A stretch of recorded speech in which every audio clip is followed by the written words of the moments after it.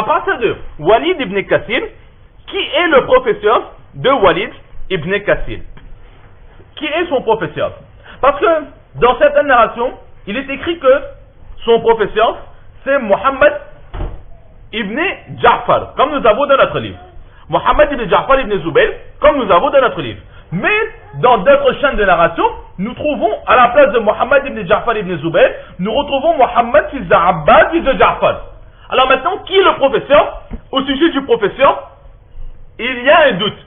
Donc, étant donné qu'on ne sait pas réellement qui est le narrateur du hadith, alors le hadith, il perd dans sa fiabilité. Et encore, au-delà de cela, qui est le professeur du professeur de Walid? Parce que dans notre livre, nous avons Ubaydullah fils d'Abdullah fils de Umar. Nous avons Ubaydullah. Mais dans notre narration, nous avons Abdullah fils d'Abdullah. Et là donc, le gros problème, c'est que nous avons deux narrateurs dans cette chaîne de transmission dont nous savons l'identité exacte. Alors là, tout de suite, les acolytes, ceux qui suivent l'enseignement d'Imam Shafi'i et Imam Ahmad ibn Hanbal, tout de suite, ils vont monter au créneau, ils vont donner des réponses. Ils vont dire que non, ne vous inquiétez pas, nous aussi on a remarqué cela, mais nous avons examiné, et là nous avons deux réponses qui sont données par deux savants différents. La première réponse, c'est que vous avez effectivement mentionné deux narrateurs, Mohammed fils de Ja'far fils de Zubayr et Mohammed fils de Abbas fils de Ja'far. Alors nous avons réellement analysé et il y a une source de narration qui n'est pas correcte. La source Mohammed fils d'Abbas fils de Ja'far que nous avons dans notre livre, c'est une source correcte. Et l'autre, Mohammed fils d'Abbas fils de Ja'far, ça ce n'est pas correct, c'est quelqu'un qui a dû se tromper. Il s'est trompé par rapport à Ja'far, il savait qu'il y avait un Ja'far. Alors, au lieu de dire Mohammed fils de Ja'far fils de Zubayr, il a dit une autre personne, Mohammed fils de Abbas fils de Ja'far. Donc il s'est trompé, mais sinon ce n'est rien de plus grave que ça, on a rectifié l'erreur. Et il y a d'autres personnes, parmi lesquelles il y a le Dar al-Qutni, Bayhaqi, ou encore Ibn Hajar al-Asqalani alayhim rahman, ils disent que non. Effectivement, il y a deux narrateurs qui sont mentionnés, et c'est-à-dire que pour Walid, on a mentionné deux narrateurs, et pour le professeur du professeur de Walid, nous avons aussi mentionné deux narrations. Effectivement, il n'y a aucune erreur. De Walid, il y a réellement deux professeurs qui l'ont enseigné, et chaque professeur avait un professeur différent. De cela, ils disent que Mohammed, fils de Ja'far, fils de Zubayr, que nous avons dans notre livre, alors lui, il rapporte de Ubaydullah, fils d'Abdullah. Et Mohammed, fils d'Abbas, fils de Ja'far, lui, il rapporte de Abdullah, fils d'Abdullah. De cette façon, il n'y a aucune erreur dans notre chaîne de transmission.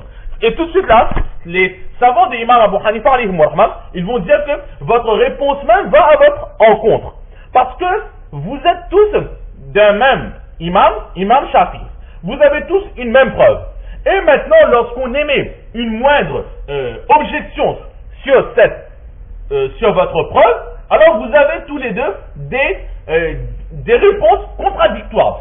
Parce que il y a une réponse, comme nous venons de voir, qui dit que les deux chaînes de transmission sont correctes, et chez vous-même, il y a certains qui disent qu'il y a une chaîne de transmission qui n'est pas correcte. Entre vous-même, il y a des disputes. Alors, lorsque vous aurez vous-même rendu à néant ces disputes, lorsque vous vous aurez mis d'accord, vous vous serez mis d'accord sur vos chaînes de transmission, revenez nous voir parce que pour l'instant, votre chaîne de transmission, nous ne pouvons pas l'accepter. Vous-même, vous vous contredisez entre vous. Il n'y a rien de pire qu'une dispute dans une même famille. Donc, par rapport à cela, on dit que ce que vous dites n'est pas correct. Ensuite, la deuxième réponse que nous avançons, c'est que en admettant que votre chaîne de transmission, elle est correcte, mais malgré cela, c'est un hadith qui a une chaîne de transmission faible. Ibn Abdul Barr, Ibn al-Arabi et Ali, fils de Manini, Imam Rizali et Allama Taymiyya alayhim rahman, de très très grands savants, ils sont tous d'avis que ce hadith a une chaîne de transmission faible. Aussi, lorsque nous utilisons un hadith pour mettre une preuve de la jurisprudence, il faut que ce soit un hadith qui est explicite, qui est clair, Si le hadith n'est pas explicite et clair, alors il faudrait d'autres hadiths qui nous montrent, qui nous éclairent quant à la clarification du premier hadith. Or, ce hadith que vous nous présentez, il n'est pas du tout clair. Il est très très ambigu. Comment comprendre la réalité de ce hadith? La raison est très simple. Imam Tahawi dit que dans le hadith, Imam Abu Hanifa, dans la traduction que nous avons faite, le prophète sallallahu alayhi wa sallam, il a dit que lorsque l'eau a une quantité équivalente à 2 jarres, alors cette eau ne devient pas impure. Par rapport à la traduction, vous devez vous dire qu'il n'y a rien d'ambigu. Mais Imam Tahawi dit qu'est-ce qu'il dit, et vous pouvez aussi vérifier dans le dictionnaire, le mot kulla, nous l'avons traduit par jarre parce que les savants de Imam Shafi, ils l'ont traduit par jarre. Mais littéralement, le mot kulla ne signifie pas forcément jarre. Le mot kulla, il a le sens de la grandeur d'un être humain. Donc par rapport à cela, on peut traduire ce hadith par lorsque l'eau atteint la hauteur égale à la grandeur normale d'un être humain, cette eau ne sera pas impure. Et là déjà, entre jarre et grandeur d'un être humain, il y a quand même une différence. Ou encore, une autre définition de kulla, c'est quoi?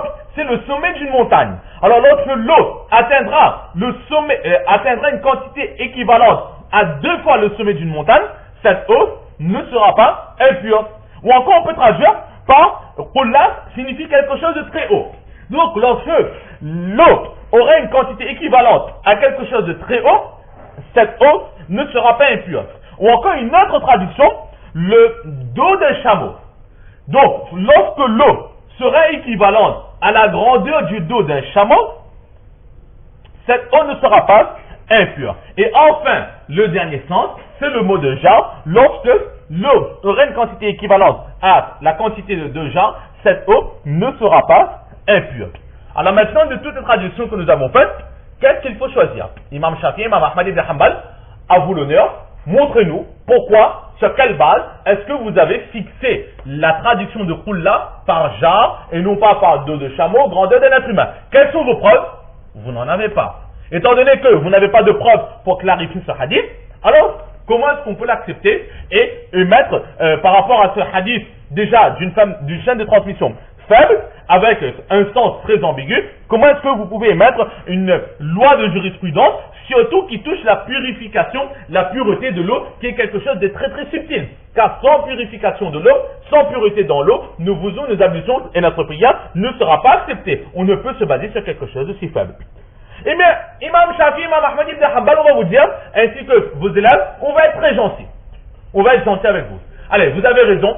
Pour là, on va le traduire par genre. Et toutes les autres traductions qu'on a mis tout à l'heure, effectivement, c'est peut-être un peu compliqué.